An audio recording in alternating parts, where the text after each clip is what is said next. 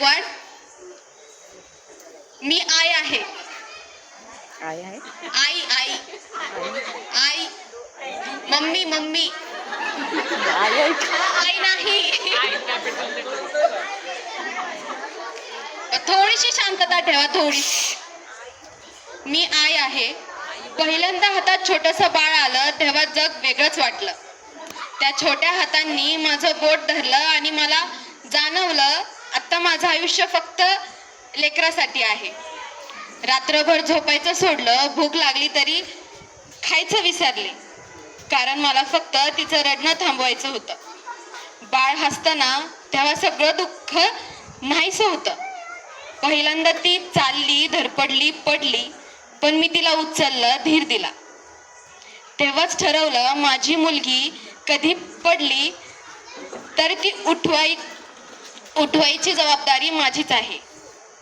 शाळेत गेली तेव्हा गेटवर उभी राहून तिच्या मागे पाहत होते. ती धावत गेली पण माझ्या डोळ्यातून पाणी थांबत नव्हतं. पण आई आहे ना मी. तिच्या धैर्यासाठी मी स्वतःच्या भावना लपवल्या. हळूहळू ती मोठी झाली, कॉलेजला गेली, स्वप्न पाहू लागली. यश मिळालं तेव्हा टाळ्या सगळ्यांनी वाजवल्या, पण माझ्या मनातल्या अभिमानाच्या टाळ्या आवाज वेगळाच होता. आणि अपयश आलं तेव्हा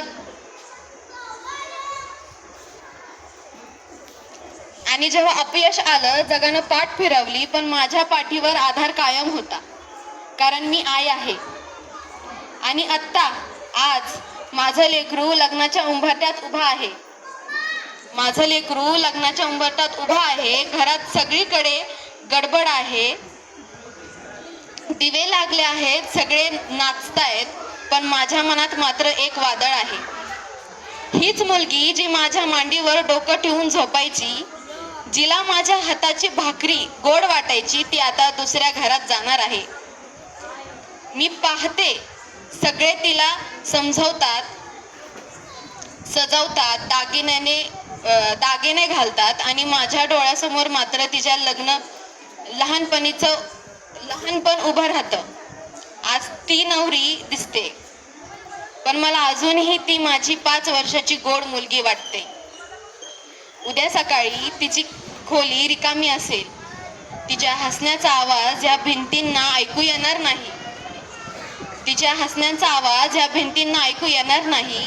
मी रोज तिची आठवण काढेन, पण आई म्हणून मी तिच्या डोळ्यात पाणी पाहू शकत नाही. म्हणून मी माझं दुःख लपवते आणि तिला आशीर्वाद देते. तुझं नवं घर सजव, नवं आयुष्य घडव, पण लक्षात ठेव, या आईच्या हृदयात तुझ्यासाठी कायम जागा आहे. आई म्हणजे निस्वार्थ प्रेमाचा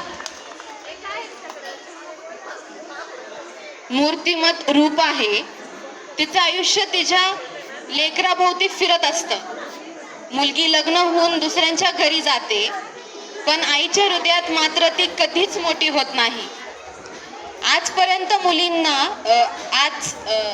आज प्रत्येक मुलीला आणि प्रत्येक प्रेक्षकाला माझी एकच विनंती आहे, आपल्या आयुष्यात कितीही नाती आली, कितीही जबाबदाऱ्या आल्या, पण आईला कधीच विसरू नका. कारण आपण आईसाठी फक्त तिच्या जगाचा एक भाग असतो, पण आईसाठी आपणच तिचं संपूर्ण जग असतो. धन्यवाद.